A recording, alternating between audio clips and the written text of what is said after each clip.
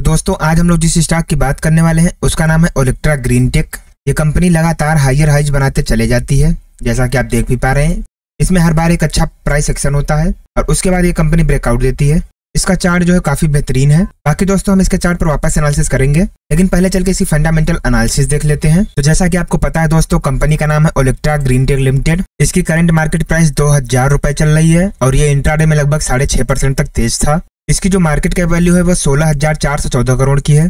इसका जो stock P है वो 182 है, जो कि काफी ज्यादा हॉट है। तो यहाँ पर आपको विशेष ध्यान रखना पड़ेगा। इसका ROCE 13.3%, ROE 8.11%। बाकी इसके पिछले एक साल के हाई लो की बात करें तो इसका जो लो था वो 374 रुपए का था और इसने जो हाई लगाया था वो 2048 रुपए के पास लगाया है, यानी कि ये स्टॉक अपने लाइफ टाइम हाई के करीब ही ट्रेड कर रहा है। बाकी ओलेक्ट्रा ग्रीनटेक के बारे में बात करें दोस्तों, तो जो कंपनी है 1992 में इस कंपनी का फॉर्मेशन हुआ था। स्टार्टिंग में यह कंपनी पॉलीमर इंसुलेटर के मैन्युफैक्चरिंग में काम करती थी और अभी ये इलेक्ट्रिक बसेस में काम करती है। इसका जो रजिस्टर्ड ऑफिस है वो हैदराबाद में है।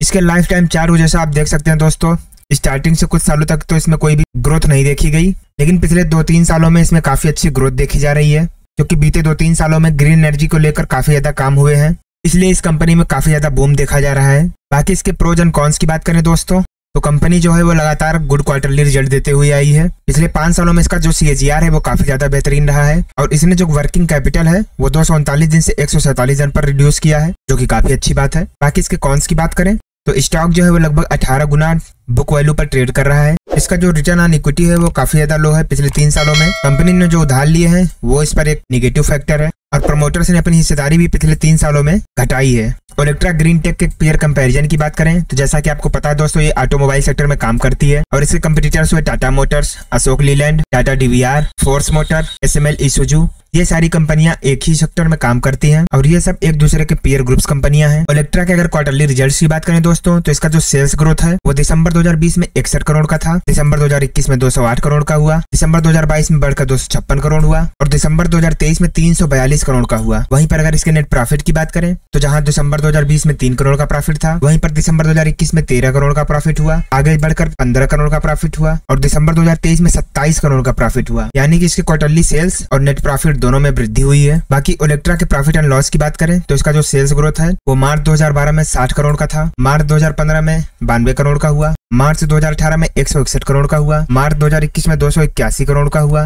और करंट में 1241 करोड़ का हुआ है, यानी कि पिछले 2-3 सालों में काफी तेजी से ग्रोथ हुई। और वहीं अगर नेट प्रॉफिट की बात करें तो जहां मार्च 2012 में 2 करोड़ का प्रॉफिट हुआ करता था, मार्च 2015 में 5 करोड़ का हुआ, मार्च 2018 में 9 करोड़ का प्रॉफिट हुआ, मार्च 2021 में 8 करोड़ का हुआ और करंटली लगभग 91 करोड़ का प्रॉफिट चल रहा है, यानी कि इसके प्रॉफिट में भी पिछले 2-3 सालों में अच्छी वृद्धि देखी गई है। बाकी इस कंपनी की जो सबसे अच्छी बात मुझे लगी वो ये, इसका जो CAGR है वो पिछले 10 सालों में 73% के एवरेज से चल रहा है, पिछले 5 सालों में 59% के एवरेज से, पिछले 3 सालों में 120% और पिछले 1 साल में तो 329%, यानी कि स्टॉक मार्केट में ओलेक्ट्रा ग्रीनटेक ने भर भर कर पैसा कमाया है लोगों को। वहीं पर इस कंपनी अगर बोरोइंग्स की बात करें तो जहां मार्च 2012 में 38 करोड़ का उधार था, मार्च 2015 में 45 करोड़ का, मार्च 2018 में 72 करोड़ का, मार्च 2021 में घटकर 8 करोड़ का ही रहा, लेकिन सितंबर 2023 में टोटल 131 करोड़ का कर्जा और बाकी है। लेकिन वहीं पर अगर इसके टोटल एसेट्स की बात करें तो जहां ओलेक्ट्रा ग्रीनटेक के पास 2012 में 146 करोड़ का एसेट था, वहीं पर 2015 में 164 करोड़ का, मार्च 2018 में 315 करोड़ का, मार्च 2021 में 934 करोड़ का और अगर करंट में बात करें सितंबर 2023 तक तो 1589 करोड़ का एसेट है इस कंपनी के पास। तो इसमें खास चिंता की कोई बात नहीं है। बाकी इस कंपनी के शेयर होल्डिंग पैटर्न की बात करें तो ओलेक्ट्रा ग्रीनटेक में प्रमोटर्स की हिस्सेदारी मार्च 2021 में 55% थी, जो दिसंबर 2023 में घटकर 50% तक रह गई है। FIIs की हिस्सेदारी जहां मार्च 2021 में 3% थी, वहीं पर बढ़कर लगभग 7.5% की हो गई है। TIIs की होल्डिंग जहां 0.04% थी, वहीं पर बढ़कर 0.15% की हो चुकी है और पब्लिक की हिस्सेदारी जहां पर 41% थी, वहां से बढ़कर ये 42% पे हुआ है, यानी कि प्रमोटर्स को छोड़कर बाकी सभी अपना स्टेक इस कंपनी में बढ़ा रहे हैं, लेकिन प्रमोटर्स की हिस्सेदारी भी 50% है अभी भी, तो इसमें अभी कोई खास चिंता की बात नहीं है। ओलेक्ट्रा ग्रीनटेक के अगर रेवेन्यू की बात करें तो इसका जो प्रोडक्ट है ई-बस डिवीजन में 82.5% का है, यानी कि अगर देखा जाए तो मोस्टली ये कंपनी ई-बस यानी कि इलेक्ट्रॉनिक बसों में, उनकी मैन्युफैक्चरिंग में, इन सब चीजों में ये काम करती है और लगभग 10.5% ये इंसुलेटर डिवीजन में और ई-ट्रक डिवीजन में 6.9%। इसका जो लोकेशन है वो 100% इंडिया का है। जैसा कि आपको पता भी है दोस्तों, मैंने स्टार्टिंग में बताया कि इस कंपनी का हेडक्वार्टर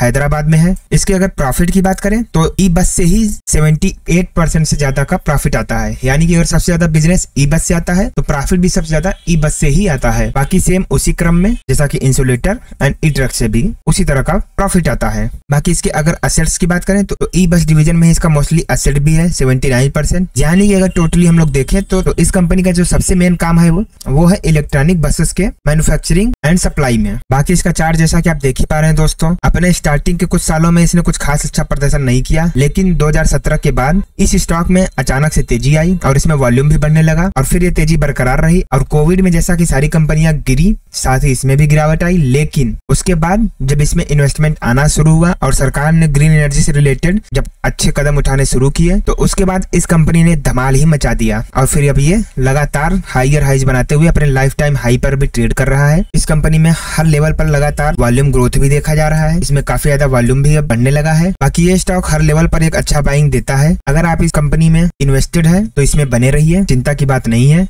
लेकिन अगर आप यहाँ पर एक नया इन्वेस्टमेंट करना चाहते हैं तो एक बार खुद से एनालिसिस जरूर करिए और अगर जरूरत पड़े तो अपने एडवाइजर की राय भी जरूर लीजिए।